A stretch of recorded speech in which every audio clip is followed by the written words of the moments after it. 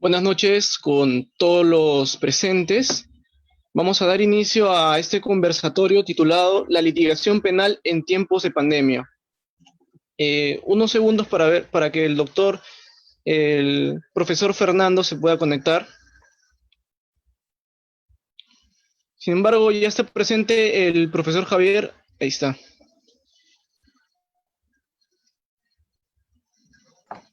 Buenas noches. Profesor, buenas noches. Buenas noches, buenas noches.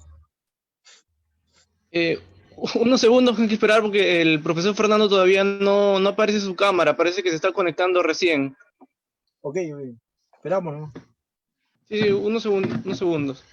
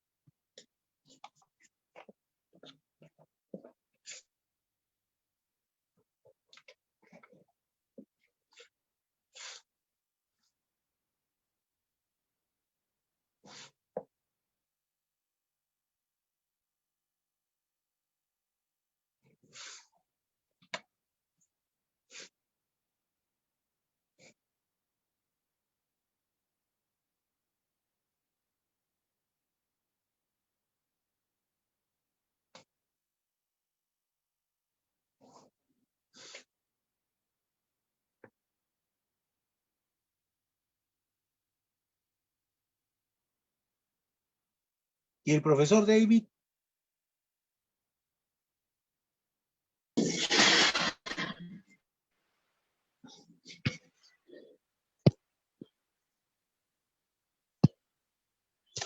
A ver,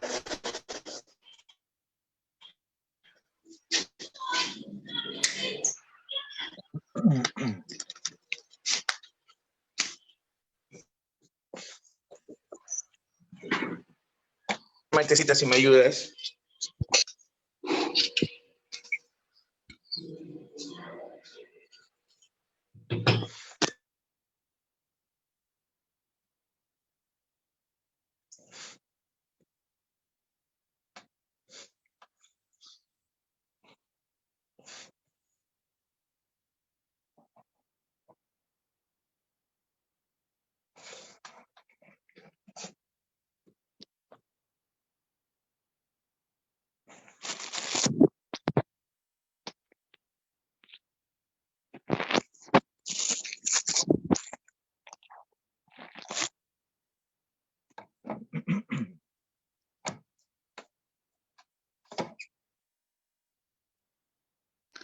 Bueno, ya pues, vamos dando entonces inicio. Buenas noches nuevamente con toda la audiencia que está presente en estos momentos.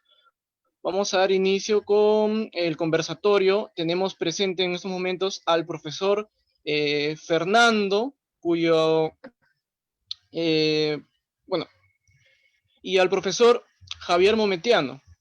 Asimismo, en unos momentos estará conectando también con nosotros el profesor David, que bueno, tuvo un pequeño percance, pero ya está en camino. Entonces, el día de hoy, el tema que vamos a tratar es básicamente la teoría del caso y los alegatos en el juicio oral, ¿no? Básicamente. Bien, para comenzar, la teoría del caso es exclusivo, es el trabajo exclusivo del abogado litigante y del fiscal, que es la idea básica y central subyacente a toda presentación en un juicio oral que explica de forma creíble la teoría legal aplicable, controvertida y con nuestra propia versión de la prueba controvertida, o sea, la del fiscal y el abogado, básicamente. Esto con la finalidad de convencer o persuadir al juzgador. Bien, una vez dicho esto, pasemos a plantearnos la primera pregunta, profesores. ¿Se busca convencer o persuadir al juzgador? Creo que esta duda puede de alguna manera conllevarnos también a comprender o a definir bien estos términos, ¿no? Convencer o persuadir. Vamos a comenzar con usted, profesor Javier Mometiano. 2 minutos para que nos pueda dar su respuesta, por favor. Bueno, sí. Bueno, el término convencer y persuadir en realidad son sinónimos, ¿no? Pero lo que sucede es que de acuerdo a la visión que nosotros tenemos tanto del sistema eurocontinental como del sistema anglosajón, podemos ver que son diferentes, ¿no? La palabra creo que adecuada sería, ¿no? Convencer, ¿no? Pero el convencimiento que se hace bajo el sistema eurocontinental es aquel que busca alcanzar la verdad.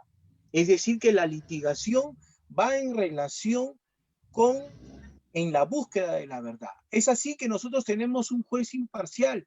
Este juez imparcial, ¿no? Nosotros buscamos cada una de las partes, sea fiscal o sea abogado defensor, lo que busca es tratar no de entrar en una cuestión antagónica, sino lo que busca es más bien tratar de dar información al juzgador, ¿no? Por eso que este proceso es de convencimiento en realidad, a diferencia del sistema del common law, que lo que busca más bien sí es un antagonismo, lo que busca es tratar de resolver el conflicto.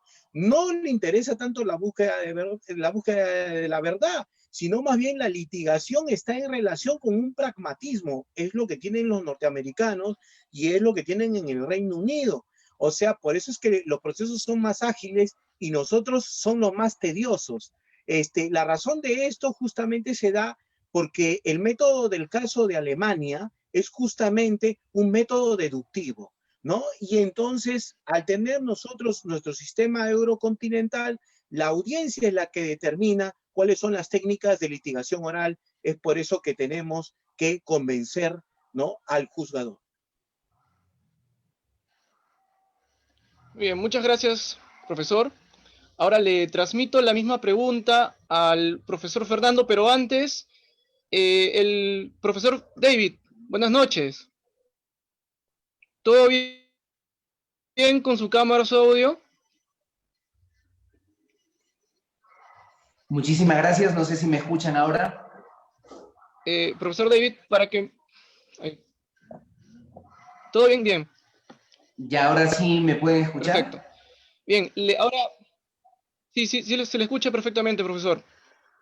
Muchísimas gracias. Quiero Se le pedir escucha las perfectamente. disculpas. Quiero pedir las disculpas del caso a todos los televidentes de esta transmisión en vivo del taller Magíster Juris de la Universidad Federico Villarreal. Lamentablemente se cruzó una exposición que tenía con el Colegio de Abogados de Apurímac y terminamos y empalmamos, pero ya estamos acá para seguir compartiendo información con todos ustedes y agradecer a todo el equipo que está organizando estas ponencias y a todo el público que está viendo. Muy agradecido. Muy bien, gracias. Buenas noches, profesor. Bueno, continuando con la pregunta que estábamos en cuestión, profesor Fernando, se la vuelvo a repetir. ¿Se busca convencer o persuadir al juzgador? Lo escuchamos, profesor. Tiene 2 minutos.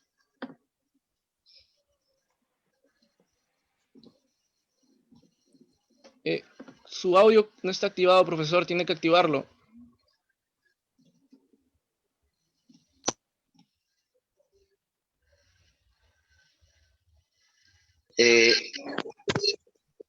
¿Ahora? Sí, sí, se le escucha a este profesor perfectamente. considerando mi condición de hombre de teatro, ¿no? Que me estoy acercando al ámbito de ustedes, ¿no? El convencer tiene que ver más con cuestiones lógicas, ¿no? Recurres a la lógica, mientras que el otro, ¿no? Persuadir tiene que ver con la razón, con las emociones. Pienso, ¿no? Lo que yo observo es que puede haber un alegato, un discurso, que tiene inclusive un lema, pero basta que tú enfatices, por ejemplo, la palabra maldito, ¿no? Y tú recurres a las emociones, vas a transitar, vas a pasar a tener una personalidad de, de incitar, ¿no? Las emociones, ¿no? Por ejemplo, yo puedo vender una corbata, un ambulante, vendo una corbata, lo ofrezco, le digo al comprador de que esta corbata le va a costar 5 soles, en esta corbata yo le demuestro que tiene un gancho. No necesita usted de utilizar todos los nudos que hay como 20 nudos. No, usted solamente junta la corbata, coloca el gancho y tiene perfectamente un nudo como para usar la corbata. Pero aparte de esto, la corbata le cuesta 5 soles, pero en la corbata también tiene dos colores, porque usted lo voltea y tiene otro color la corbata, ¿no? Le va a costar 5 soles, si usted coloca 10 soles, le vamos a dar otro gancho y vamos a darle 2 corbatas. Usted se va a ahorrar, realmente va a tener 4 corbatas y usted puede regalarle esto a su suegro. Entonces, recurre a convencer a la lógica, ¿no? Que si es lo contrario, nosotros vamos a recurrir pues a las emociones. Estamos hablando del miedo, de que yo te ofrezco un medicamento y voy a generar todos los síntomas que tiene el miedo y te lo voy a transmitir y te voy a contagiar el miedo y al final te voy a dar la solución. Lo que tú estás haciendo es recurrir al miedo como emoción, ¿no? Para conseguirlo. Entonces, hay una diferencia. Los abogados yo observo de que pueden ellos transitar de uno al otro y manejarlo. El miedo lo puedes incitar y lo puedes incitar a través de las posturas, a través de la modificación de la respiración, los ritmos respiratorios. Pueden haber tensiones, tus hombros, tu cabeza de los hombros, retrocedes tu cabeza hacia atrás, ¿no? Agitas la respiración, lo colocas en tu discurso. Puede ser de que tú transmitas lo que tú quieres. Lo que tú estás haciendo es un proceso de seducción, prácticamente. Recurres a las emociones. Había cuando era niño una estafadora famosa que se llamaba La Gringa. Y un día la entrevistaron y le dijeron, usted no le mete la mano al bolsillo a la gente para quitarle la plata. Usted hace su propia mano en su propio bolsillo, saque su propio dinero y se lo entregue. ¿Usted recurre a qué? Le dice. Le dijo a la vanidad, ¿no? Con la vanidad, si bien es cierto, una emoción, una de las miserias del espíritu, de esa manera, con la vanidad, todo. ¿Listo? Muchas gracias, profesor Fernando. Ahora le voy a trasladar la pregunta al profesor David Farfán, sin antes volvérselo a repetir, porque bueno, llegó tarde. Ahora, ¿se busca convencer o persuadir al juzgador, profesor? Me gustaría saber su opinión. Muchísimas gracias, Paul. Para contestar esto, quiero contextualizar correctamente el espacio, ¿no? Cuando la pregunta se plantea si se busca convencer o se busca persuadir, obviamente nos estamos refiriendo dentro de un proceso de litigación, dentro de un juicio y posiblemente en una audiencia, ya sea la audiencia de juicio oral, una audiencia de prisión preventiva o una audiencia X. Entonces, si estamos en ese contexto, el abogado, dentro de sus técnicas de argumentación, lo que busca es persuadir. Pero podemos entender, si nos vamos al diccionario, y buscamos las diferencias, podemos entender como segunda acepción el convencer con el persuadir, o sea, se entienden como sinónimos como segunda acepción en el diccionario de la Real Academia de la Lengua. Entonces, esto nos plantea una situación. Si bien es cierto, lo que buscamos es persuadir al magistrado para que incline su posición a la historia que nosotros le estamos contando. Es por eso que se dice el abogado que narra mejor la historia es el abogado que va a lograr persuadir al magistrado y por ende va a lograr convencer de la historia que yo estoy narrando. Entonces, yo al querer persuadirlo, termino logrando el objetivo que es convencer para que la decisión de ese magistrado salga a favor o en los sentidos que yo busco. Pero lo que sí no se debe hacer es engañar al magistrado. ¿Por qué? Porque muchos abogados pueden creer, ya miren, contamos la historia de tal manera que logramos engañar al juez y el juez al final va a fallar a nuestro favor. ¿Puede darse el caso? Sí. ¿Puede que ese juez falle a favor de ellos? Sí. Pero nuestro país y en nuestro sistema tenemos regulado constitucionalmente la pluralidad de instancias. ¿Qué quiere decir? Que si tenemos una decisión en un juzgado, pues esta puede ser apelada. Y incluso, de acuerdo al tipo del proceso, la decisión en la sala también puede ser apelada y puede irse a casación. Entonces, ahí, si el abogado utiliza sus argumentos para tratar de engañar al magistrado, termina haciéndole un terrible daño a su cliente. Pero sí podemos persuadir para lograr convencer al magistrado y la decisión se adecue a lo que nosotros esperamos. Muchas gracias.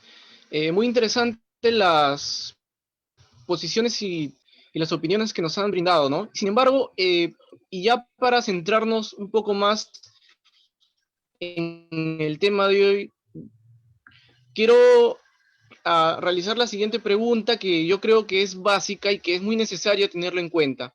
Primero, ¿qué es la teoría del caso? Y segundo, ¿cuál es su vínculo con los alegatos? Lo que en realidad creo que la audiencia el día de hoy debe tener claro al salir de este conversatorio es lo siguiente. ¿Cuál es la relación que tiene la teoría del caso con los alegatos? Y básicamente en qué se enmarca, digamos, su estructura propia de cada uno. Creo que es lo que sería muy interesante escuchar cuáles son sus opiniones de cada uno. Comencemos con el profesor Javier. Por favor, lo escuchamos, profesor. Tiene 5 minutos para poder... La pregunta. La pregunta no la entendí.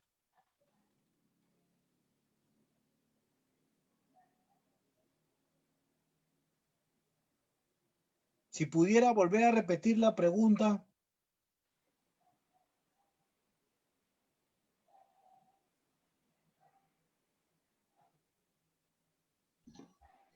Ya, doctor, sino que se me había cortado el micrófono. Sí, Bien, como digo, entonces le vuelvo a repetir la... Sí. ¿Qué es la teoría del caso y cuál es su vínculo con los alegatos? Esa es la pregunta, profesor. Ok. Antes de responder, yo quisiera decir lo siguiente, ¿no? Donde se da esa mixtura de persuadir y convencer es en el sistema anglosajón, pero en el euro continental, o sea, en el que nosotros tenemos, no, es convencimiento a través de los medios de prueba. Y por otro lado, el abogado, si bien es cierto, porque ayer estábamos hablando de una cuestión ética, evidentemente no, lo correcto es que no engañe, pero sí puede utilizar una coartada y es válido utilizar las coartadas, y sobre todo si es coartada trunca, ¿no? Entonces sí lo puede hacer, ¿no? Porque eso no es mentira, ¿no? Que es diferente, una cosa es mentira y otra cosa es coartada. Y en cuanto a lo que se refiere, claro, hay una relación directa, porque si uno tiene la estructura como dijo el día de ayer el profesor David, el trípode, o sea, es decir, lo fáctico, lo jurídico y lo probatorio, evidentemente que esto nos va a permitir hacer nuestro alegato, ¿no? Y esa metodología nos va a servir para desarrollar no solamente nuestra estrategia indirecta, o sea, es decir, nuestra estrategia escrita, ¿no? Que es propiamente hacer un escrito, ¿no? Y también construir de esta forma también nuestros alegatos de una manera oral, ¿no? Pero la metodología va a cambiar, creo yo.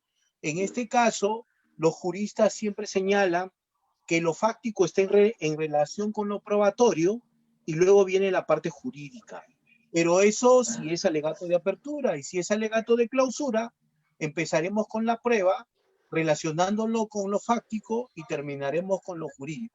Sobre esto pueden haber discusiones, pero lo real es que existe un método y ese método del caso tiene que ir en relación directa con los alegatos. Muchas gracias, profesor. La misma pregunta se lo traslado al profesor Fernando. Por favor, profesor, lo escuchamos.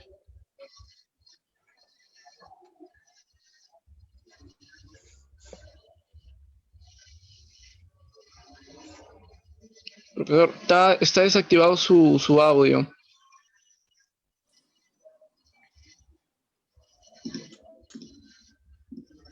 A ver, ahora. Sí, se lo escucha perfectamente. ¿Sí? Y el caso es lo que nosotros llamamos el diseño, ¿no? Y después del diseño viene la realización.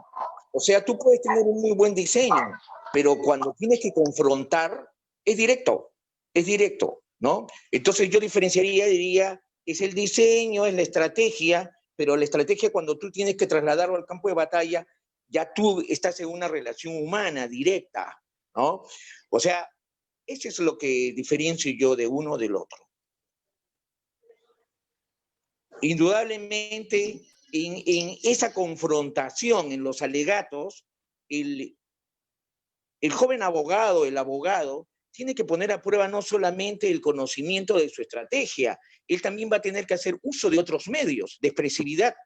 Recordemos que en los procesos de comunicación, del 100%, el 75% es visual, o sea, entra lo gestual, entran los desplazamientos, ¿no? El resto es conforme tú manejas los objetos y también es la modulación de la voz, y una parte muy pequeña son las palabras, ¿no? O sea, tú puedes tener una excelente teoría del caso, pero cuando vas a tener que ejecutar, ¿no? Ya los alegatos, o sea, no sea de entrada o sea de salida, vas a tener que utilizar todo un conocimiento técnico corporal para poder hacer eficaz la comunicación.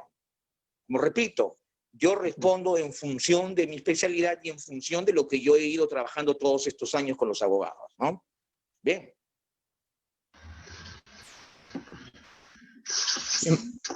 Muchas gracias, profesor Fernando. Le traslado la misma pregunta al profesor David Farfán. Por favor, le escuchamos. Muy agradecido, estimado Paul. La pregunta que planteas es sumamente importante y inclusive hay una discusión o conversación en la academia en la que pues algunos plantean que la teoría del caso ni siquiera existe. Otros plantean que la teoría del caso solamente se aplica en el juicio oral o en las audiencias orales. Y otros plantean que la teoría del caso sí existe desde el inicio del proceso. Yo sostengo que la teoría del caso se plantea al inicio del proceso, inclusive antes del proceso, desde que un cliente llega a tu oficina, a tu estudio, y te plantea, te narra los hechos y solicita tu asesoría jurídica, desde ese momento yo considero que ya tú como abogado estás planteando la teoría del caso. ¿Por qué? Porque vas a analizar los hechos que te ha narrado el cliente o el ciudadano. Entonces ahí vas a ordenar, sistematizar, de acuerdo a la importancia, los elementos fácticos, los hechos. Esos elementos fácticos vas a tratar de adecuarlos a un tipo penal. Entonces ahí ya utilizas el elemento normativo jurídico. Y la persona, el ciudadano, el cliente que vino y conversó contigo, pues te va a decir, doctor, yo tengo esta fotografía, tengo este video, tengo este testigo o tengo este documento. Entonces ahí están los medios probatorios que vas a tener que analizar tú y vas a tener que catalogar de acuerdo a su importancia o relevancia. Desde ese momento, tú ya estás planteando la teoría del caso, ya estás visualizando cómo podrías generar la mejor estrategia, porque plantear una teoría del caso adecuada es una estrategia para lograr un resultado idóneo o adecuado en un proceso. Entonces, planteamos desde el inicio la teoría del caso. ¿Cómo relacionamos esto? ¿Cómo se vincula esto con los alegatos? Se vincula directamente. ¿Por qué? Porque cuando estamos hablando de alegatos, nosotros nos estamos refiriendo ya en sí a la audiencia. Y cuando nosotros llegamos a la audiencia, ya estamos hablando de una teoría del caso definida, no planteada, porque la planteaste al inicio. Pero al entrar a la teoría del caso, esta ya debe estar definida.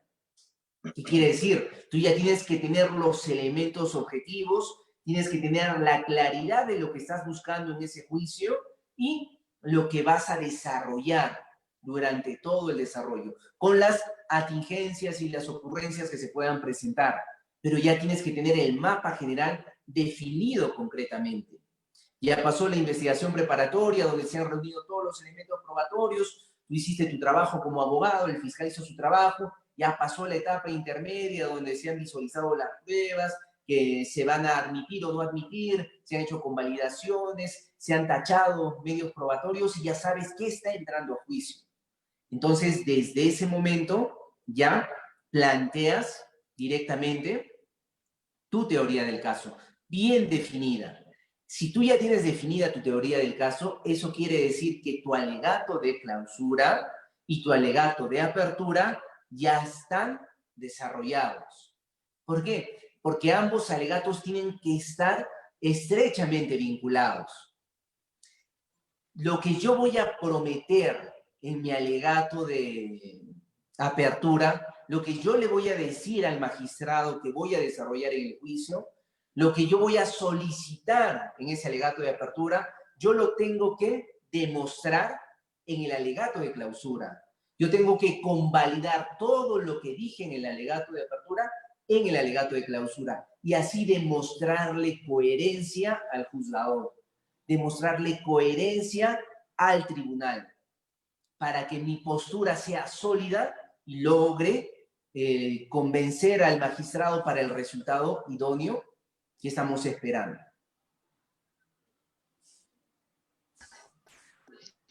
Muchas gracias, profesor David. Y bueno, hay algo en realidad que yo resalto de su respuesta ahora. Lo siguiente, la teoría del caso es una estrategia. Y a mí me gustaría que tanto el profesor Fernando como el profesor Javier nos pudieran dar, digamos, una respuesta más amplia sobre esto. ¿La teoría del caso es una estrategia? Lo escuchamos, profesor Javier. Claro, claro que sí. La teoría del caso es una de las estrategias, ¿no?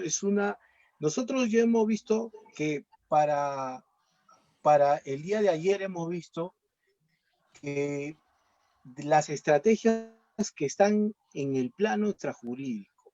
Y rescatamos una, yo dije la de Napoleón. Y Napoleón hablaba de ser genio y saber interpretar. Cuando uno sabe interpretar, como lo acaba de decir el profesor David, hay que ver el caso, ¿no? El planteamiento inicial, que yo mejor diría la construcción de la teoría del caso, ¿no? Que tiene toda una metodología la construcción de la teoría del caso, ¿no? A la teoría del caso propiamente dicho, ¿no? O sea, esa metodología, esa estrategia tiene métodos, tiene técnicas, ¿no? Entonces, En primer lugar, por teoría del caso, se llama estrategia, narración, persuasión, apreciación de la prueba. Hay un montón de definiciones. Yo me quedaría más que es una estrategia, ¿no? Comparto esa definición. Y esta estrategia, ¿no? Evidentemente se va a proyectar a la teoría del caso.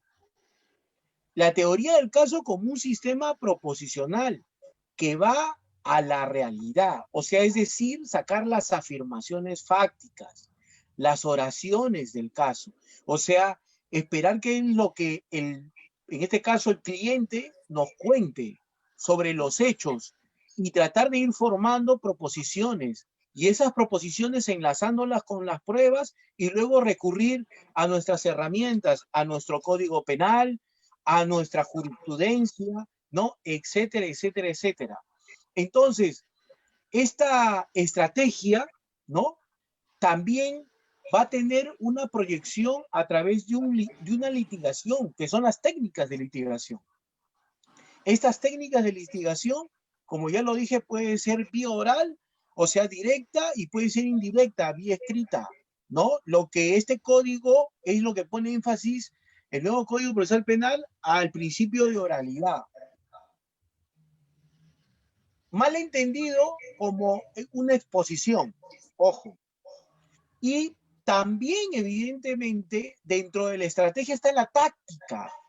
O sea, si yo tengo la técnica, obviamente, que yo voy a utilizar tácticas. ¿Tácticas para qué? Para destruir al oponente. No se trata acá de utilizar tácticas malas, peyorativas, ¿no? Que minimizan a nuestro adversario. No, sino tácticas que nos lleve cómo destruir, por ejemplo, el aspecto o el elemento jurídico de su teoría del caso, ¿no? Es decir, por ejemplo, de repente recurrir a una teoría para los efectos de rechazar la imputación que está señalando el Ministerio Público, ¿no? Y luego también necesitamos también otros elementos técnicos, ¿no? Como son los recursos o también llamados medios impugnatorios por algunos, creo que mejor dicho, ¿no? Entonces, todo este mapa totalizador como estrategia, ¿qué vendría a ser, digamos, en síntesis? La estrategia es una forma de guiar al aparato de administración de justicia para convencerlo en nuestra hipótesis, porque el indicio que forma parte de la construcción de la teoría del caso se ha saneado con la etapa intermedia y luego llega a una teoría más concreta, ¿no? Eso es a nivel de juzgamiento.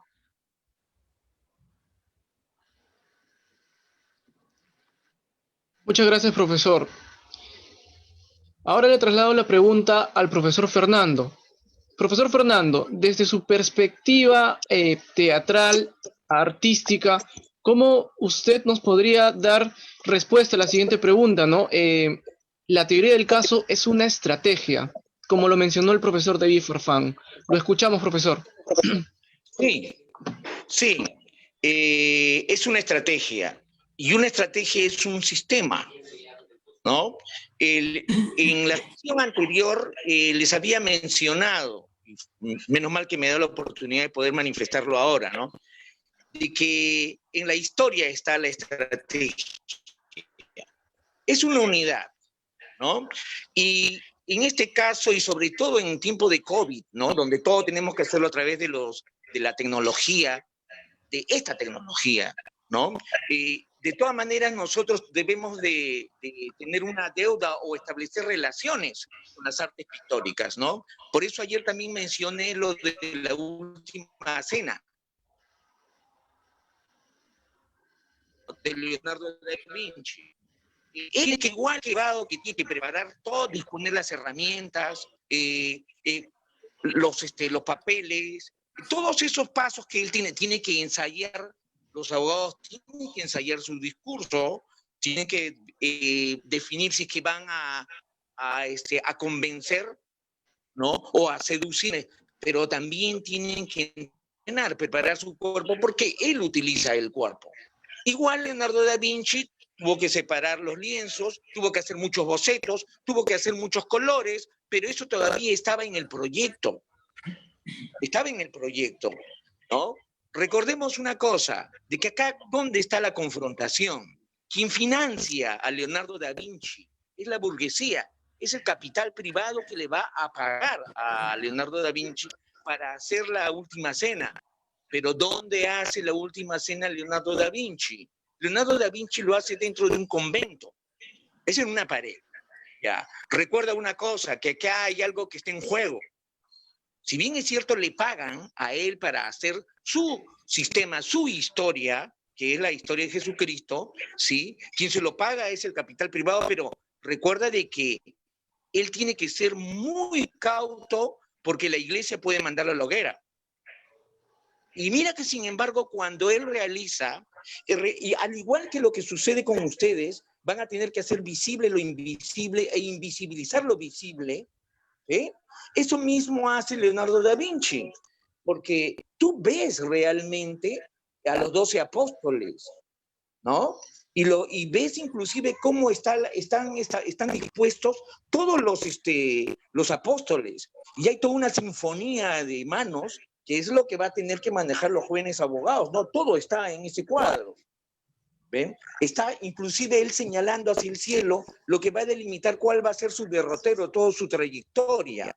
Él va a morir, va a bajar al mundo de los muertos, va a resucitar y de esa manera va a difundir toda su doctrina. Ese es todo el recorrido y esa estrategia se llama el retorno del héroe. Igualito como lo hace en la Odisea, lo hace Odiseo, o como lo hace Aladín, ¿no? O como lo hace Manco Cápac que sale del lago. Entonces, están ahí las dinámicas, están los contrarios ahí, están visibilizando lo que van a hacer visible, ¿no? Lo invisible, ¿no? Y entonces tú vas a ver que también tiene otro discurso, porque entre los 12 apóstoles te das cuenta que no hay 12 apóstoles, hay 13 apóstoles. Te vas a dar cuenta que el que hace de San Juan no es San Juan, sino María Magdalena. Te vas a dar cuenta que detrás de María Magdalena está San Pedro, que es el forjador de la iglesia. Pero él supuestamente es el único que agarra un cuchillo, una daga, y el que está delante es Judas Tadeo, y está justamente con la sal, con la bolsa de dinero, ¿correcto? Pero ese cuchillo, ¿a dónde apunta? Apunta al hermano de San Pedro, que es una amenaza. No, no es una amenaza. Si uno observa claramente, es que San Pedro está agarrando la muñeca de un otro apóstol. O sea, no hay 12 apóstoles, hay 13 apóstoles. ¿Te das cuenta? Y en el extremo, tú vas a ver que está Platón, ¿no? Porque es la copia de los bustos de Platón, ¿ya? Y al costado está el mismo Leonardo. Hay un lenguaje no verbal que está en la manta donde hay un nudo. Ese nudo significa la unión entre una pareja. O sea, se puede interpretar también que es San Juan o es María Magdalena. Entonces tú te das cuenta de que en el alegato vamos a visibilizar lo invisible e invisibilizar lo visible, lo que nos conviene o lo que no nos conviene. Pero tienes que visualizar que también ese diseño que tú haces en la teoría del caso no va a servir que tú no lo realizas. Entonces, en ese aspecto, nosotros, los abogados, cuando se tengan que desenvolver, van a tener que hacerlo con todo, con el cuerpo, con el gesto, con los papeles, y cada papel que muevan en forma incorrecta va a dejar de ser una acción. O sea, los gestos, los papeles, los desplazamientos, van a tener el abogado que convertirlo en acción.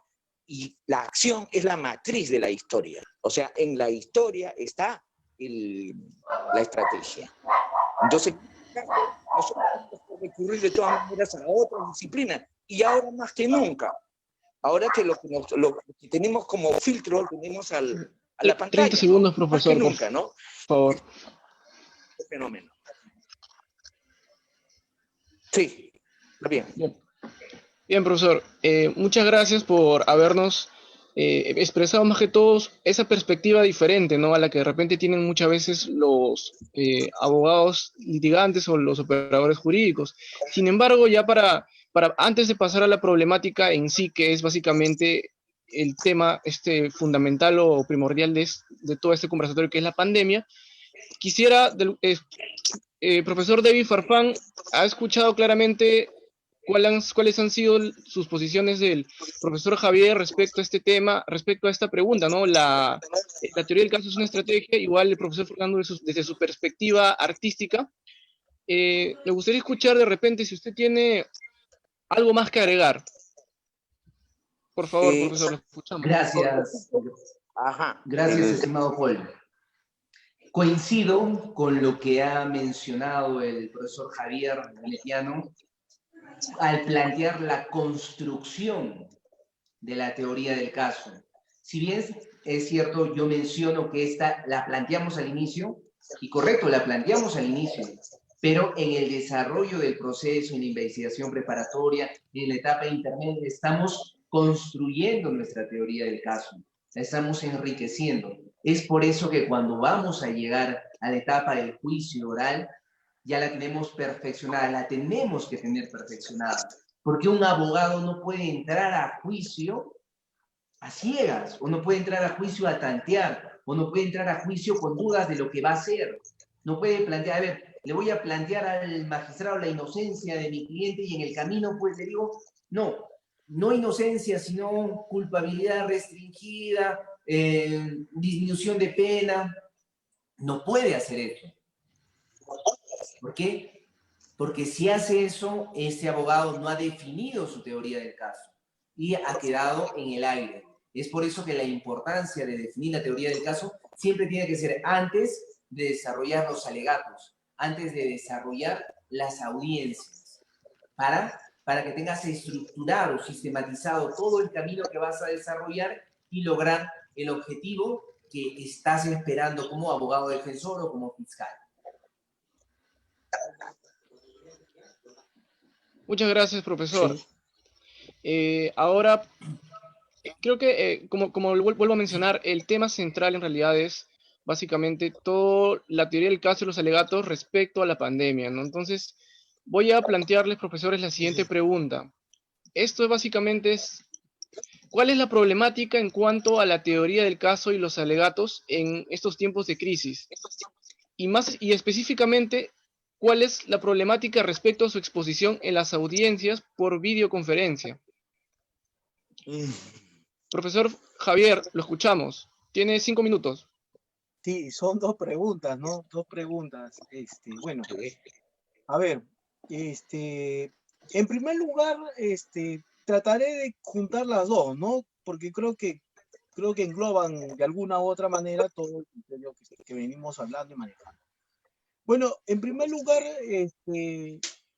pienso, si es reducido el trabajo o la presencia del abogado en el desarrollo de la investigación preliminar, sobre todo en ser un observador, un veedor de algún tipo de audiencia, sobre todo de criminalística, porque recordemos que el nuevo modelo procesal penal le pone mucho énfasis, no solamente también al aspecto de las técnicas de litigación oral, sino también el aspecto de la criminalística. Entonces yo digo, si es la policía la que hace labores de criminalística y que algunas veces también participa el abogado de esto, viendo, y es más, hasta los abogados no tenemos un conocimiento muy profundo de esta ciencia, ¿no? Ahora la labor del abogado con respecto a eso será nula, porque tal como hemos visto, hasta la policía, ¿no? Tiene protocolos sobre los protocolos que ya tiene para levantar cadáveres, protocolos de bioseguridad. Ajá. O sea, ahí ni siquiera va a participar, ni siquiera ni en la morgue habrá una presencia del abogado defensor, ¿no? Porque hemos visto casos muy emblemáticos en que se ha participado el abogado, ¿no? De una realización de necropsia, ¿no? Y con acompañado de su médico legista, etcétera. Eso será muy difícil ahora, ¿no? Particularmente casi nulo, diría yo, ¿no? Pensando por ahí. O sea, la labor del abogado se ve disminuida. El otro es el tema de la construcción de la teoría del caso. Yo veo dificultades en la construcción de la teoría del caso. La teoría del caso se construye mediante lluvia de ideas, mediante diálogo, mediante cambio de roles. Miren ustedes, nosotros el día de ayer hemos hablado 2 horas. Bueno, lo cual me parece muy bueno, ¿no? Pero me pregunto yo, ¿todos los colegas tendrán en el celular una capacidad ilimitada de poder hablar con sus clientes? Entonces ahí ya viene una dificultad. Podría hablar 2 horas, 3 horas o 4 horas con un cliente para decirle, a ver, por favor, cuéntame la historia, qué pasó, hacer videollamada. Bueno, yo considero que no todos están en esa capacidad. Creo que el día de ayer ya lo hablamos eso, ¿no? Entonces por ahí yo encuentro dificultades, ¿no? Generalmente estas cosas se hacen presencial, muy aparte de que pueden alguien intervenir mi teléfono, que pueden hackear, pueden robar mi información, hurtar mi información, etcétera, etcétera, etcétera. Muy aparte de eso. O sea, veo generalmente obstáculos que se vienen realizando sobre eso. Entonces, luego en el método del caso, ¿no? En el método del caso también veo una problemática, ¿no? Si estamos hablando, creo que del método del caso en Alemania, que es deductivo, es decir, es abstracto, no le veo tanta problemática, salvo en el sentido de que algunos no puedan acceder a la información que tengan por X capacidad que tengan en su celular, ¿no? Limitada o ilimitada, de poder acceder a bibliotecas, a normas, etcétera, etcétera, etcétera. El otro es que yo creo que más que todo se va a dar el método bancario, ¿no? De la teoría del caso, porque en realidad lo que se hace, porque en la teoría del caso no solamente es para los efectos de la realización de una audiencia, sino también para enseñar a los alumnos. O sea, si yo estoy hablando en el caso de enseñar a los alumnos, ¿qué es lo que se hace en realidad?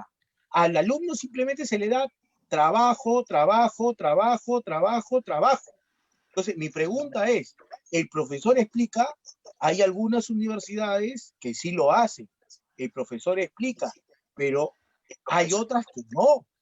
Entonces, en este caso, hay abundante información. Y eso lo vemos con la educación primaria, ¿no? Lo estamos viendo con la educación primaria. A los niños o a los adolescentes le están llenando de puro trabajo, ¿no? Entonces yo veo eso. En el caso propiamente de la audiencia, yo me pregunto, ¿cómo se va a hacer un careo, ah? ¿Cómo se va a hacer un careo virtual? Creo que para mí es risible eso, disculpen ustedes, ¿no? Es muy risible, porque el juez tiene que apreciar, digamos, todo el aspecto psicológico. Si ustedes han visto careos, ¿no?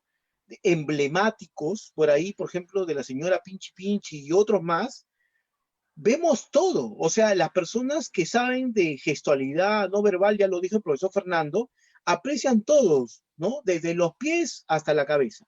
Todo se aprecia. Entonces, en este caso, no se va a poder apreciar eso, ¿no? No se va a poder apreciar eso. En este momento nomás casi todos nos apreciamos de una manera recortada y limitada. O sea, para empezar, ¿no? ¿Cómo el psiquiatra o el perito va a examinar, me pregunto, a un presunto autor por un tema de carácter psiquiátrico? No sé, la verdad, no sé, porque tendría que analizarlo físicamente. Generalmente un estudio clínico se hace así, ¿no? Entonces lo veo muy complicado esto, ¿no?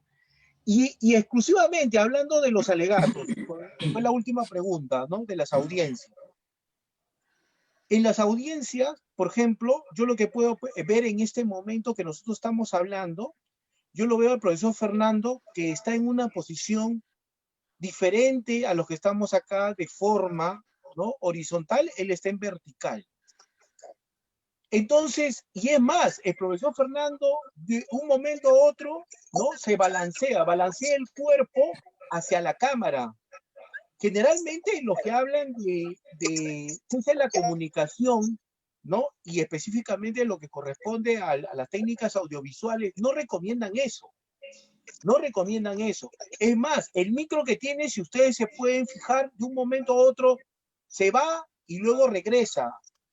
Y luego si yo hago balances del cuerpo yéndome de un lugar para otro o de otro lugar para otro, la cámara tiene que seguirme.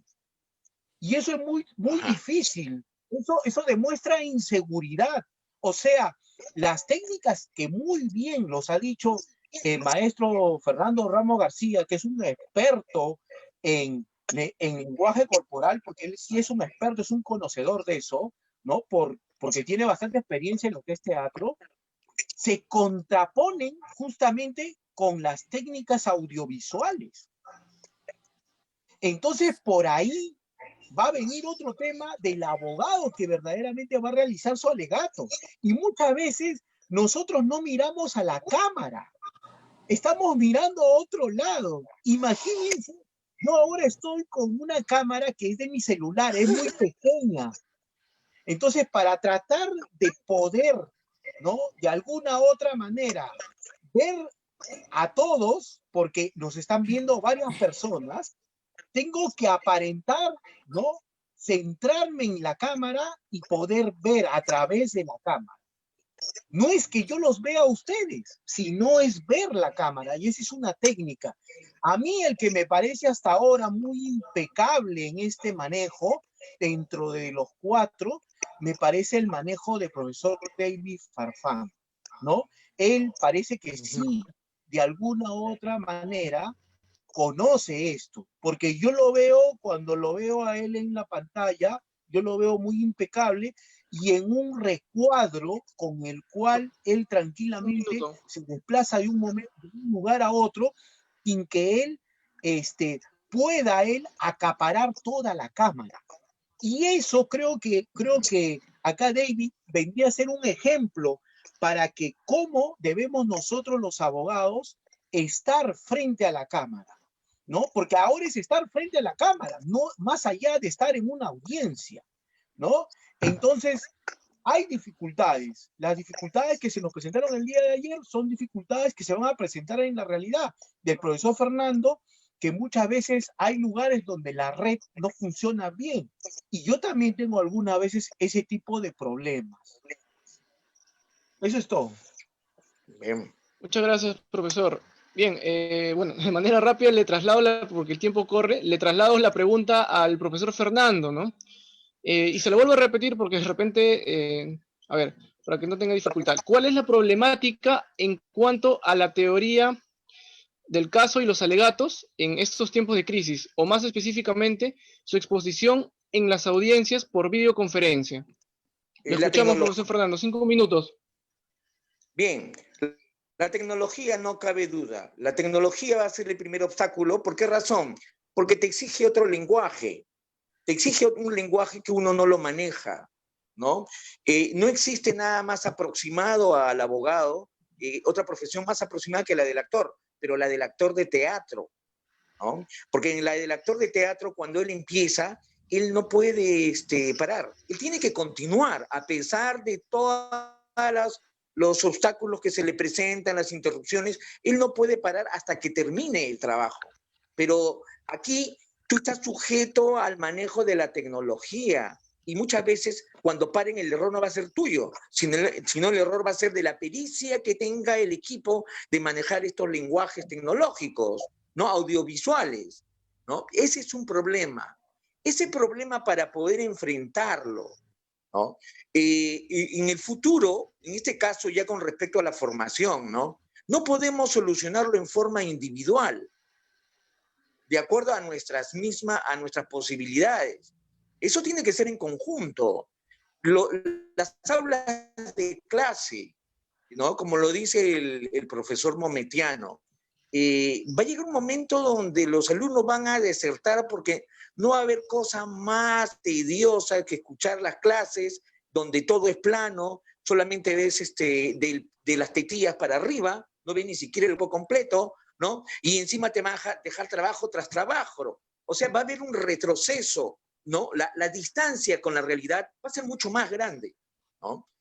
O sea, va a estar al que tiene mayores posibilidades, yo creo al que tiene más conocimiento o más posibilidades económicas. Ahora, Esto es las aulas de clase van a tener que convertirse en laboratorios audiovisuales.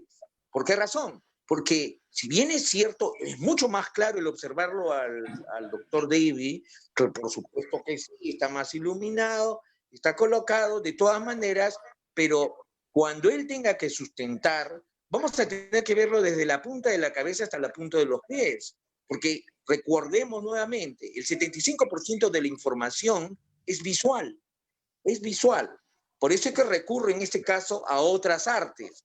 Miren, si hablamos de persuasión y convencimiento y colocamos en un proceso y vemos de que la teoría del caso de repente la estrategia no está, digamos, tan brillantemente planteada, pero si tenemos al frente a un José Urquizo o a Nakazaki o alguno de estos abogados que tienen mucha gestualidad, mucha experiencia, al Valle Riestra, hay un equivalente en teatro. Si nosotros hablamos de teoría del caso, es el que va a hacer la dramaturgia, el que va a hacer los diálogos, el que va a hacer la estrategia. Ahí mismo está el dramaturgo y está el director. Pero el actor es lo que hace el abogado. O sea, el abogado tiene que hacer todo eso, incluyendo el lenguaje tecnológico. Eso no se hace solo, se hace en conjunto, ¿no? Y si los tenemos juntos a ellos con todo su virtuosismo van a hacer que esa teoría del caso de repente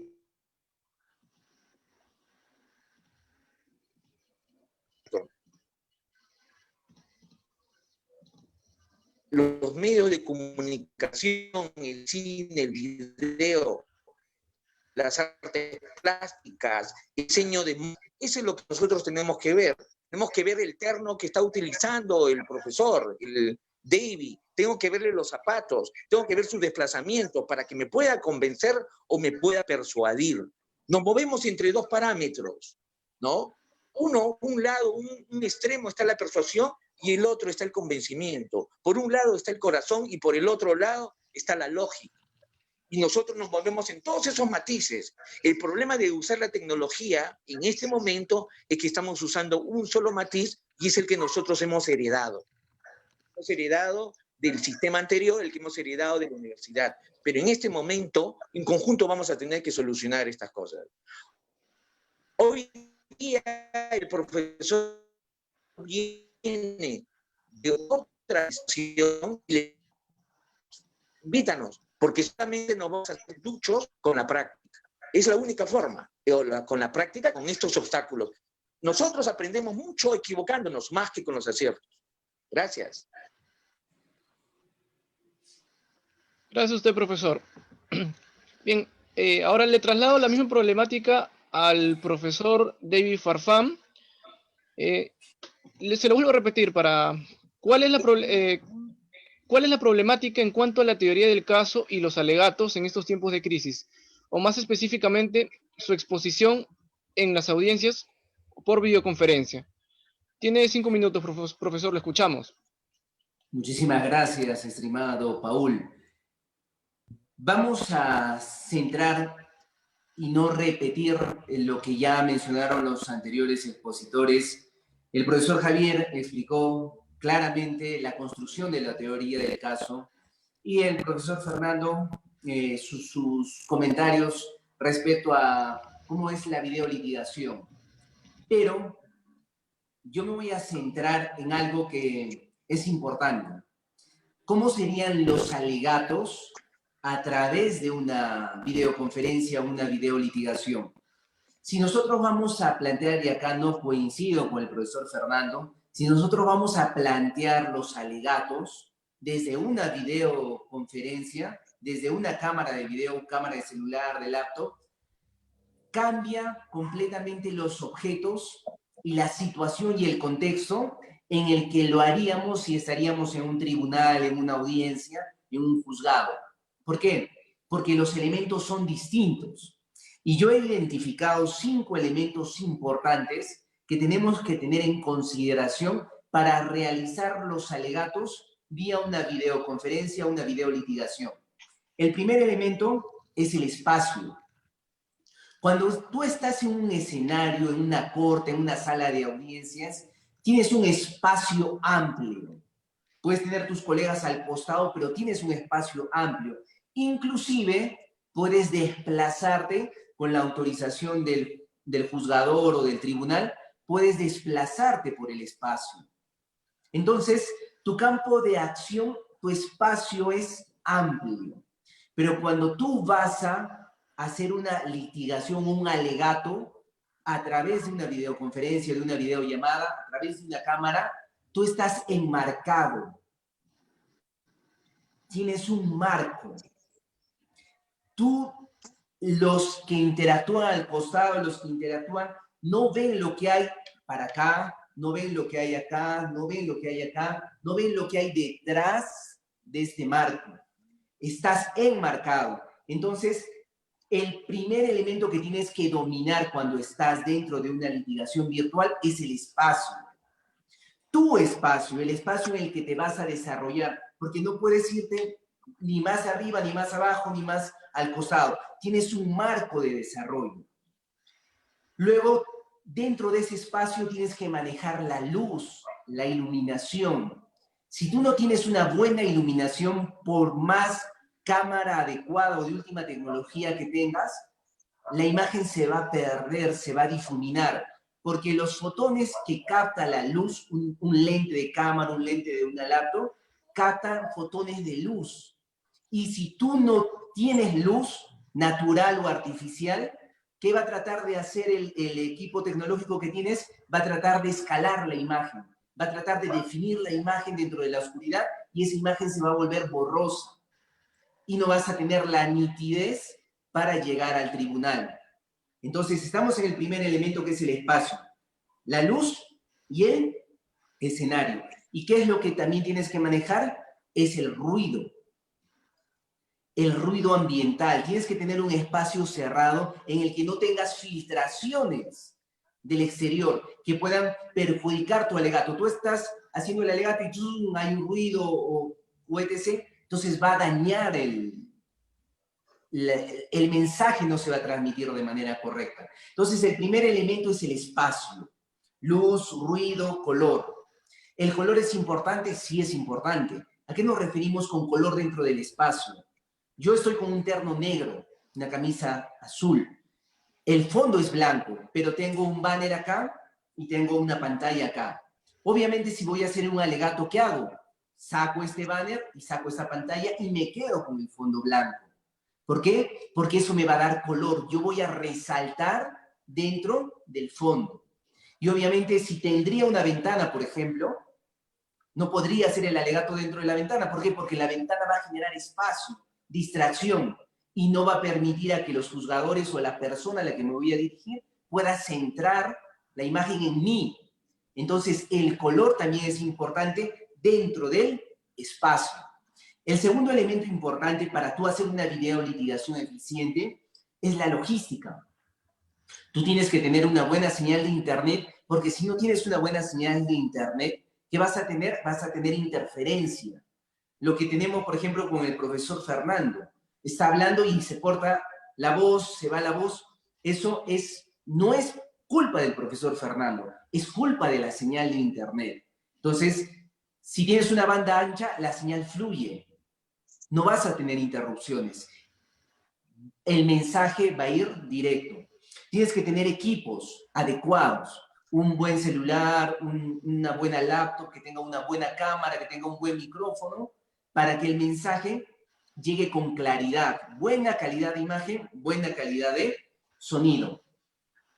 El tercer elemento, primer elemento espacio, segundo elemento logístico, el tercer elemento importante para hacer una videolitigación efectiva, un alegato virtual efectivo, es el contraste.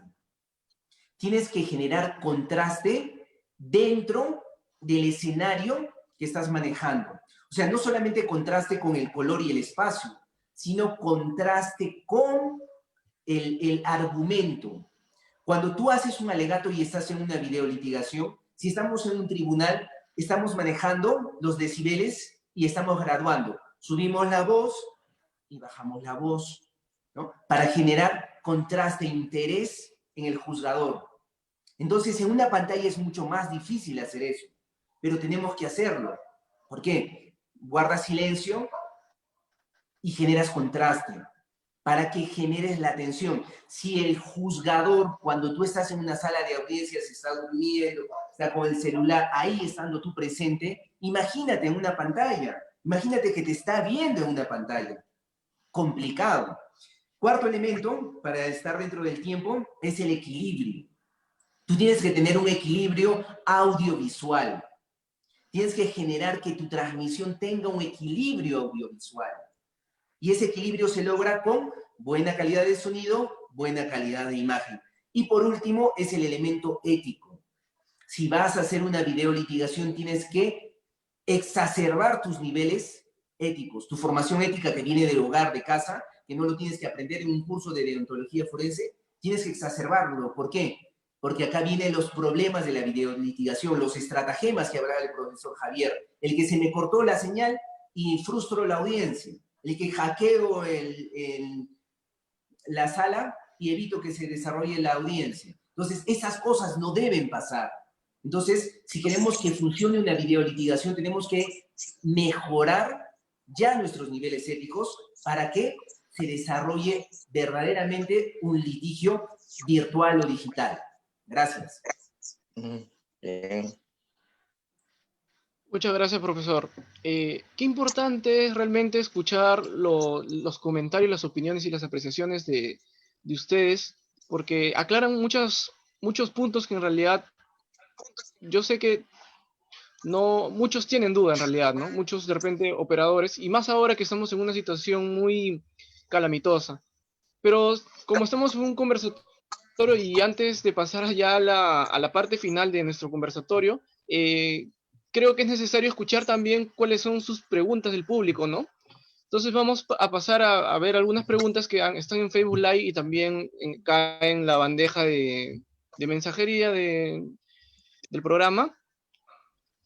La primera pregunta de parte del doctor Marco Farro Báez dice: disculpen doctores, la teoría del caso tiene una estructura establecida, hechos, ley y prueba, y es libre de cada abogado.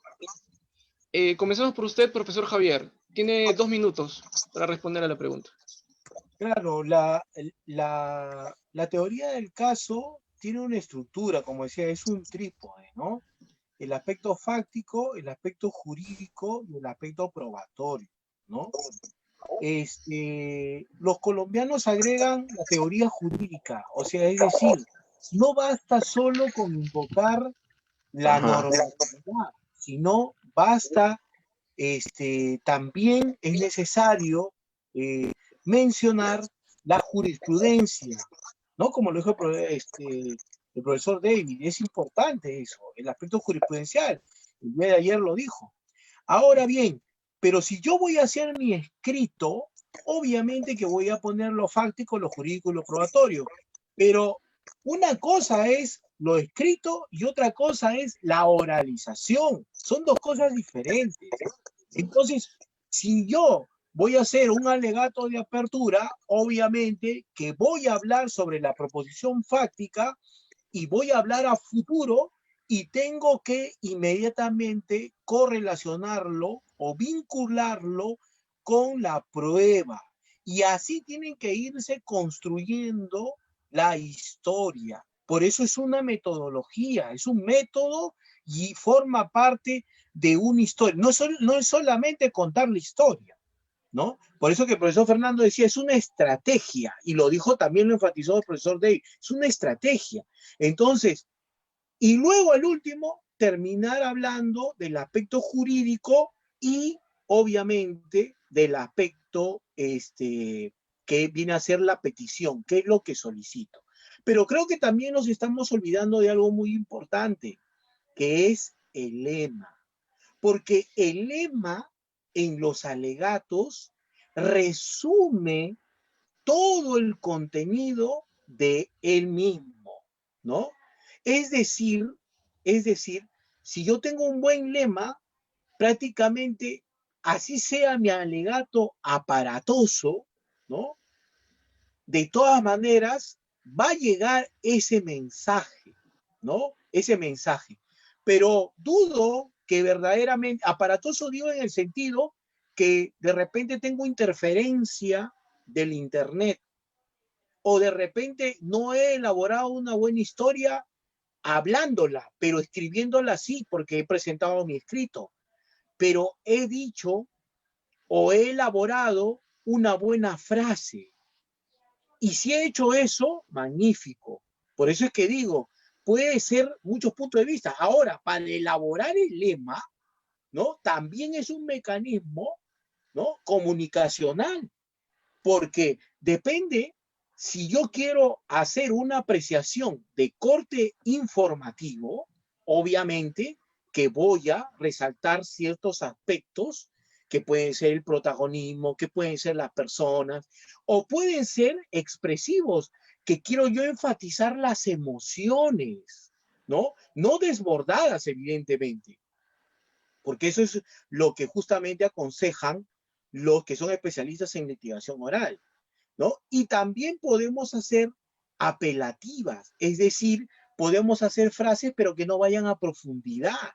Y todo esto está dentro del terreno de la comunicación social. O sea, un comunicador es por eso, ¿no? Que él, 30 antes de segundos, por favor. empezar a desarrollar, a desarrollar los temas que van a propalarse en los noticieros, ellos dicen, ¿cuáles son nuestros titulares? ¿No? Y comienzan a señalar los títulos. Eso se entiende que son lemas que están en los periódicos. Pero los abogados, ¿qué no se nos han dicho? A los abogados lo único que se nos dice, busquen una frase, utilicen un periódico, utilicen una revista X y construyanlo así. No, eso está mal. Este tiene todo un método. No es una cosa al azar, ¿no? Y esto evidentemente simplemente lo decimos de una manera muy superficial porque este no es un taller, ¿no? Sino es un conversatorio. Muchas gracias, profesor Javier. Ahora le traslado la pregunta al profesor Fernando. Por favor, profesores, les pediría que traten de ser un poco breves porque el tiempo se nos está yendo y todavía faltan las conclusiones y hay muchas preguntas todavía en la bandeja. Por ello, bueno, profesor Fernando. Sí. La siguiente pregunta. Dice, Perdón, el doctor Marco Farro dice, la teoría... otra pregunta, Sí. yo creo que para agilizar el tema podría ser que una pregunta sea respondida por cualquiera de nosotros, porque si vamos a responder la misma pregunta los tres, creo que va a ser muy abundante. Bien, si no hay ningún inconveniente, profesor David, profesor Fernando, con la propuesta del profesor Cometiano. Sí, estimado Paul, justamente ¿No? te iba a hacer ese comentario. Creo que hay más de 24 comentarios ahí en la caja de comentarios y lo ideal sería que ustedes seleccionen, obviamente hay comentarios de saludo y agradecimiento a los que también nosotros les enviamos un saludo y un agradecimiento. Y hay otras preguntas que sí sería bueno que la debatamos y las conversemos. Entonces creo que seleccionas la pregunta y cada expositor podría contestar una pregunta y se hace más dinámico. Perfecto, muchas gracias por la aclaración, profesor. Entonces pasemos a las preguntas. Hay dos preguntas en nuestra plataforma en Facebook Live. La primera es de la doctora Gloria Mejía, dice, doctor, buenas noches. Es un hecho que vamos hacia una era virtual y considero que el derecho no puede ser estático y la evolución tarde o temprano nos va a tocar.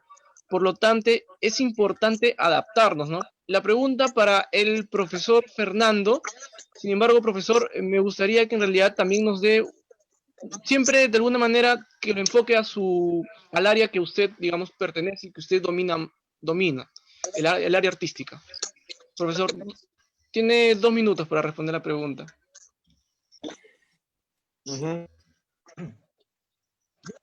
La teoría del caso es una estructura, pero en estos momentos donde estamos dependiendo de lo audiovisual, esa estructura durante la ejecución debe de tener una gran flexibilidad. Muy acertado las pautas que da el profesor David, ¿no? Que tiene que ver con las cuestiones técnicas, ¿no? Específicamente técnicas que le corresponde a aquellos que son especializados. Yo no sé si esos requerimientos que hace acertadamente el profesor David, el Estado pueda cumplirlos. 1, 2. El aspecto técnico no va a solucionar estos problemas por completo. Por supuesto que esto va a dar claridad, ¿no es así? ¿No? Díganme una cosa, a todos de repente de una criolla, puede presentarse un cantante de música criolla que tiene un conocimiento técnico muy bien en la voz,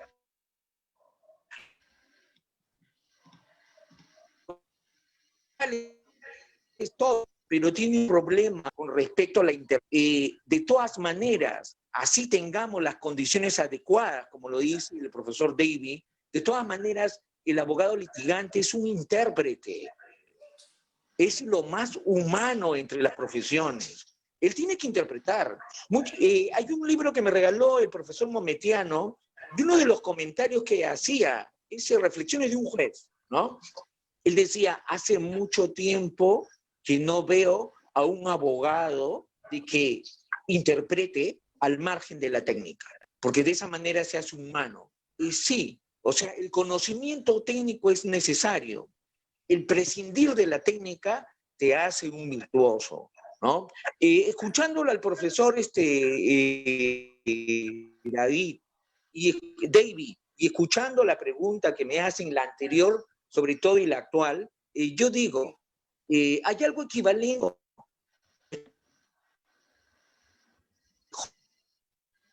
o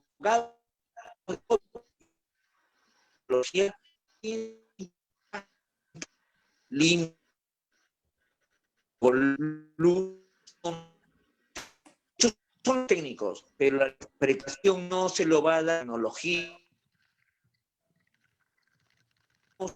Lo ideal, como lo plantea, ¿qué es lo que ¿no? La interpretación responde a la magia que tiene el joven litigante, el abogado litigante, ¿no? Nosotros tenemos que pasar esta etapa, de todas maneras. Pongámonos a pensar un poco, y eso voy a reflexionarlo, y reflexionenlo ustedes. Hay una escena, la escena del juicio del gato del Chavo del 8. 30 segundos, Seguramente profesor. muchos lo han visto.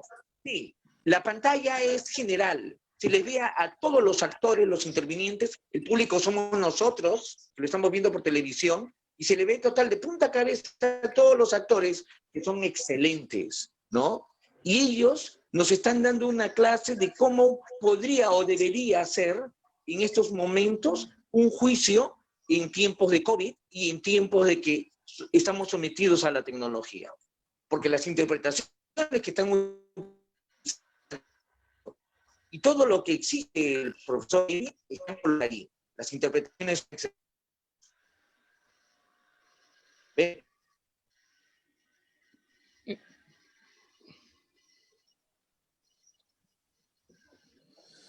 Sí, para pasar a la siguiente pregunta, profesor. Muchas gracias, profesor Fernando, por su respuesta. Continuando entonces, profesor David Farfán, tenemos una pregunta en Facebook Live que es un poco extensa, la voy a leer. El doctor Darío Rivera nos hace la siguiente pregunta. Doctor, dice, se ha hablado en gran parte del significado de la gestualidad y expresión corporal, posiciones técnicas, audiovisuales, miradas y ritmo. En suma, el sincretismo del lenguaje corporal y no corporal. Sin embargo, ¿el juez tendrá verdaderamente esto en consideración? En la realidad práctica, ¿el juez ve eso? Dice, existen críticas al respecto, pues dicen que el juez debe solo canalizar la información brindada por los abogados. Por ejemplo, posturas como las del doctor César San Martín, que dice que no existe la teoría del caso. ¿Qué nos puede... le escuchamos su respuesta, profesor.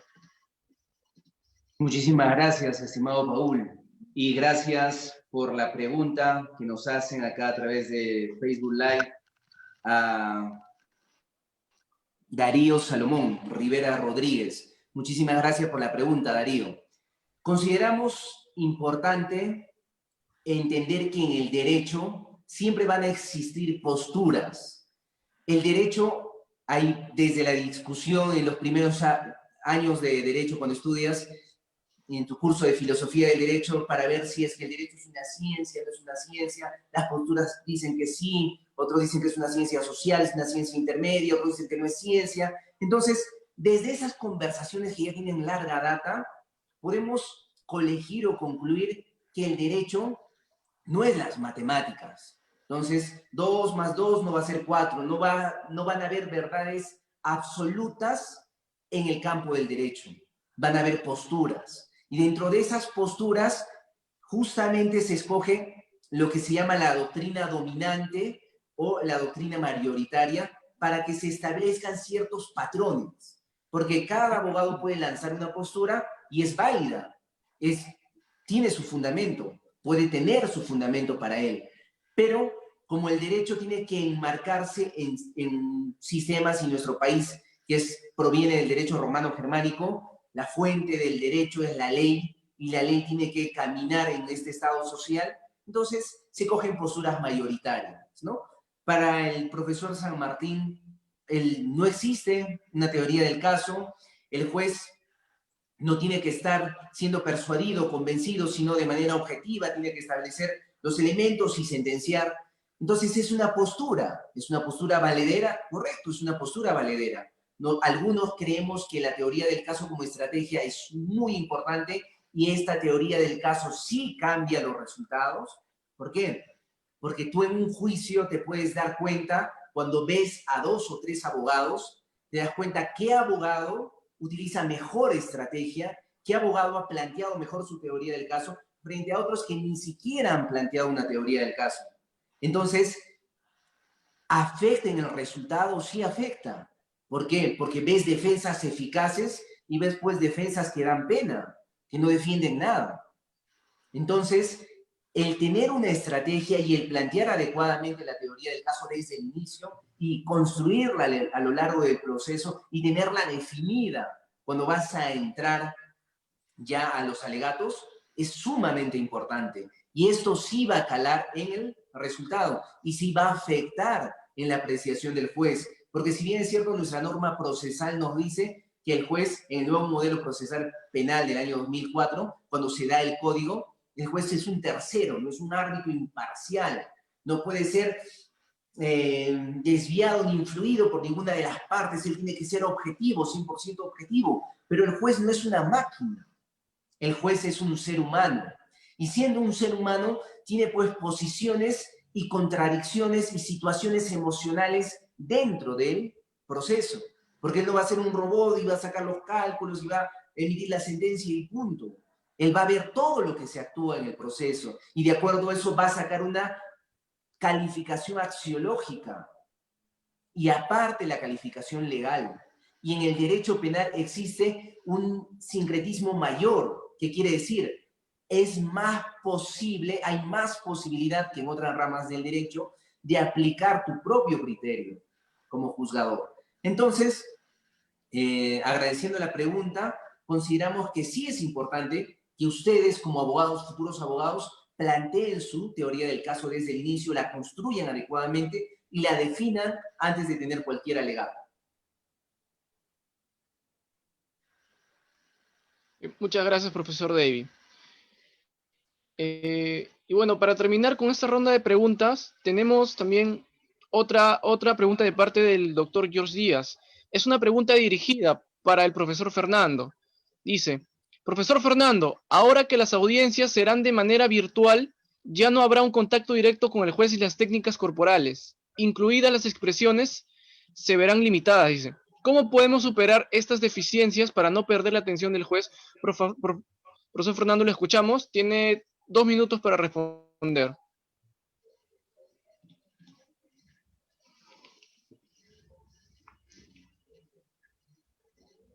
De cine y fotografía que puede posiblemente responder esa pregunta. Los alejamientos, los acercamientos, el contacto físico no va a desaparecer. Nosotros podemos acercarnos con las palabras o podemos alejarnos con las palabras. Me refiero del contacto físico, Eso tiene que ver con el concepto de mirada. El género erótico, la capacidad que tiene el género erótico es cómo hace para que conviertas los ojos del que observa en dedos. O cómo hace el ejecutante, en este caso el abogado, para que a través de la palabra, acompañada con la imagen, ¿no? Por supuesto, todo eso dentro de la acción, acercar al público, ¿no? Acercar al público de tal manera que sienta que lo tocan con los ojos. Recuerden de que nosotros no lanzamos solamente un discurso, que tú lo escuchas, todos el discurso lo interpretan de diferente forma. Entonces lo que nosotros tenemos que hacer es que a través de la acción, acompañada de la palabra, en este caso de la imagen, establecer un contacto y toda una serie de acercamientos, y eso lo hacemos en el cerebro del escuchante. Pero un ejemplo más claro es el de la fotografía erótica, el cine erótico, ¿no? Hacer de los ojos tacto. Gracias. Gracias a usted, profesor.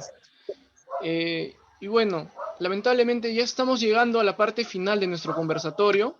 Sin embargo, así como hemos planteado una problemática, ahora, para finalizar de manera efectiva y fructífera este conversatorio, vamos a plantear soluciones.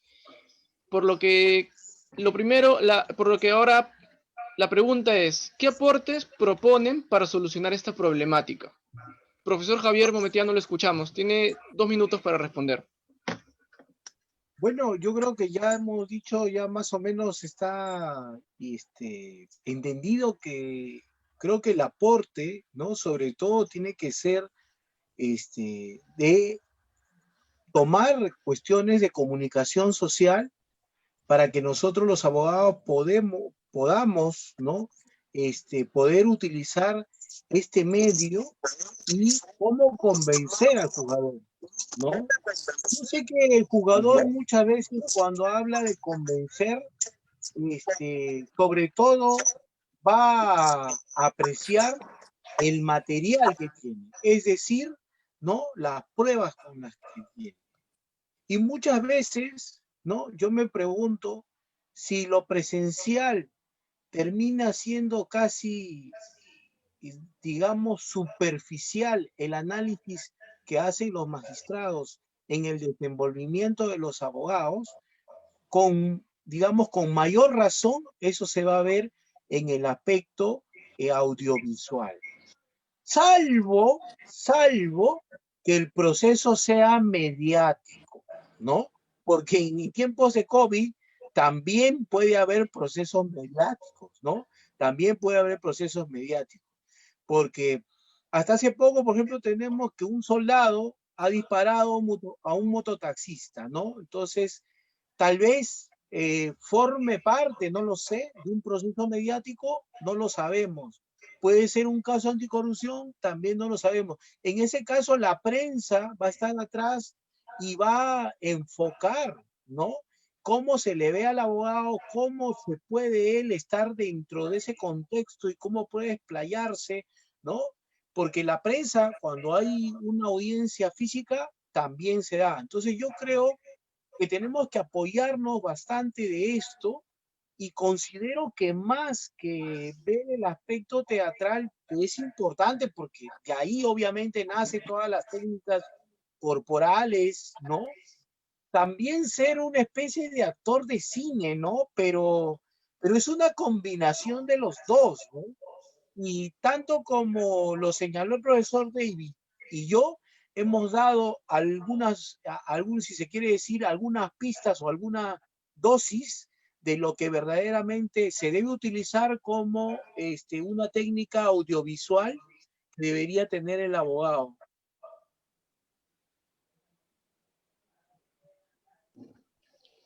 Bien.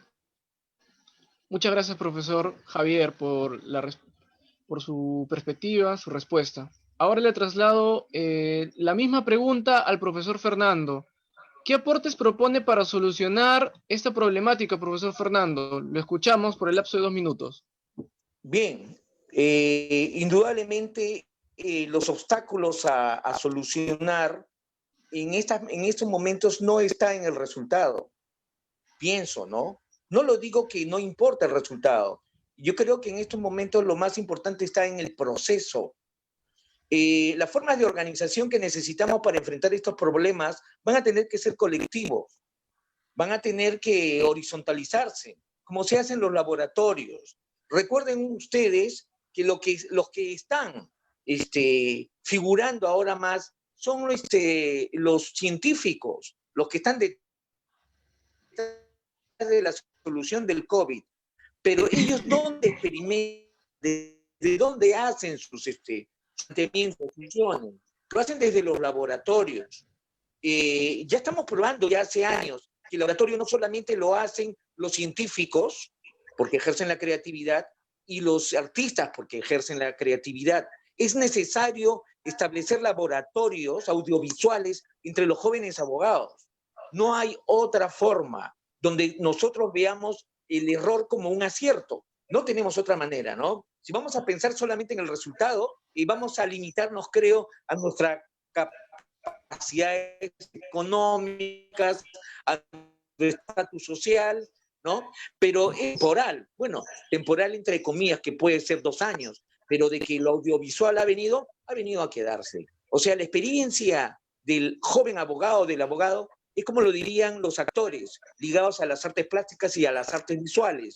Es una experiencia de las artes plásticas que es una experiencia de tipo plástico. Punto, línea, color, luz, sombra, está metido el video, está metido la fotografía, está metido la ropa, cómo está vestido y qué influencia puede tener en el juego los colores.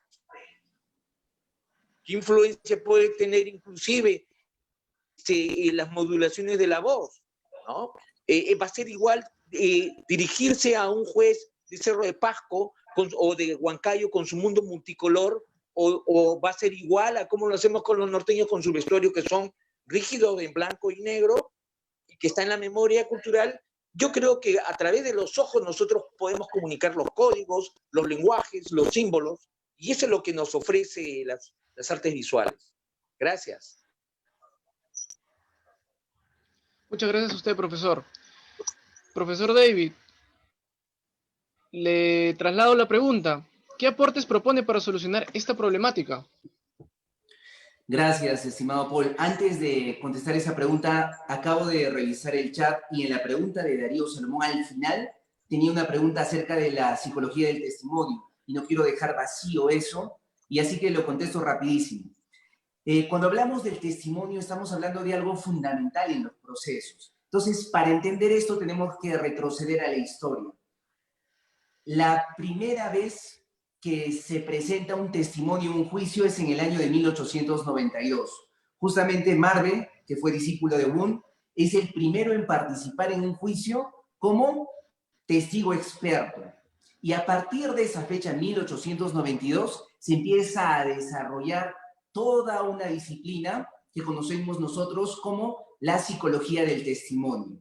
¿Y qué es la psicología del testimonio? Cuando nosotros hablamos de un testimonio, estamos hablando de un sujeto que nos va a narrar, nos va a relatar. ¿Nos va a relatar qué cosa? Hechos, sucesos, circunstancias.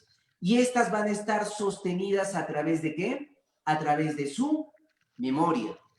Y esa memoria va a pretender ser valorada en el juicio.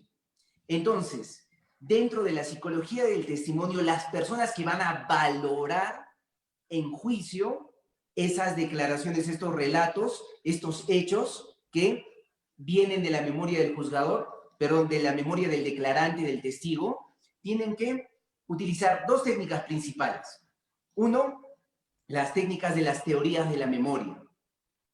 Si un juez va a valorar un testimonio y lo va a poner en la sentencia o va a influir en el resultado, entonces tiene que valorar las teorías de la memoria, verificar el tiempo, el contexto, la situación de presión en la que el declarante se encuentra y los elementos de la lógica. ¿Qué quiere decir? Puede haber un testigo que trata de presentar una historia muy distinta a la que fue, pero es el juzgador que a través de la psicología del testimonio tiene que utilizar la lógica y la teoría de la memoria para tratar de conseguir lo realmente verídico de ese testimonio. Entonces, eso es en resumen el tema de la psicología del testimonio. Hay una última pregunta de Ivette Maris, a quien le mando un saludo y gracias por estar viendo, y ella nos habla sobre los momentos de exponer y los alegatos, si es que es importante la interpretación, el lenguaje corporal para persuadir. Es importante, pero recordemos que ahora vamos a estar en un marco totalmente distinto a un juicio. Entonces, nuestra forma de persuadir se tiene que encontrar dentro de las técnicas que les hemos dado para que tu mensaje llegue claro. Porque si no aplicamos esas 5 técnicas, que obviamente hay más, pero si no aplicamos como mínimo estas 5 técnicas, nuestro mensaje nunca va a llegar y nunca vamos a poder persuadir. Y como respondiendo a la pregunta, estimado Paul, el aporte. ¿Cuál es el aporte? Yo creo que el aporte acá tiene que ser social. Si todos los ciudadanos queremos que esto funcione y pasar del anacronismo a tener a un litigio virtual, una plataforma virtual, tenemos que contribuir todos. La sesión anterior hemos dado ciertos elementos que se tienen que tomar en consideración. La firma digital, el expediente judicial electrónico, la mesa de partes electrónica, las capacitaciones, el tema de los órganos de apoyo. Recuerden que nosotros somos abogados, los que trabajan en el Poder Judicial, Fiscalía, Ministerio, son abogados. Necesitamos órganos técnicos de apoyo, ingenieros de sistema, ingenieros electrónicos, ingenieros informáticos, ingenieros estadísticos, que ayuden a construir una plataforma digital y así realmente vamos a poder ver cómo la justicia en nuestro país cambia radicalmente y cambia para bien. Muchísimas gracias. Gracias a usted, profesor, y bueno, en general, gracias por su participación. Hemos llegado al final de este conversatorio. Sin embargo, no quiero irme personalmente y creo que la audiencia tampoco, sin antes de repente puedan expresar algunas reflexiones de todo ello, ¿no? Por favor, en concreto, alguna reflexión que nos puedan brindar. Por favor, profesor Javier Mometiano, le escuchamos. No, Brevemente, por creo favor. que quisiera saber, creo que la pregunta la hizo Darío, ¿no? La pregunta que le hizo a David fue Darío, ¿no? Sí, el doctor Darío, efectivamente. ¿El doctor Darío o Darío del taller? Darío, doctor. Ya, Darío. Hay que decirle a Darío, ¿no? En relación a lo que dice el profesor David Farfán, que en relación a la memoria, ¿no? Si él tiene buena memoria, él sabe muy bien que mañana vamos a tocar ese tema, porque es parte del interrogatorio y testimonio. Creo que Darío ahí debería enfocarse más en su memoria. Gracias.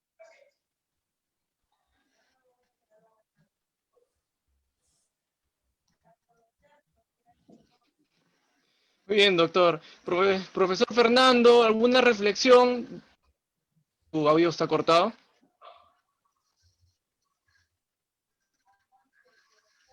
Creo que el audio del profesor Fernando está cortado. Entonces, profesor David, ¿alguna reflexión que rescatar de este día, de esta segunda convocatoria?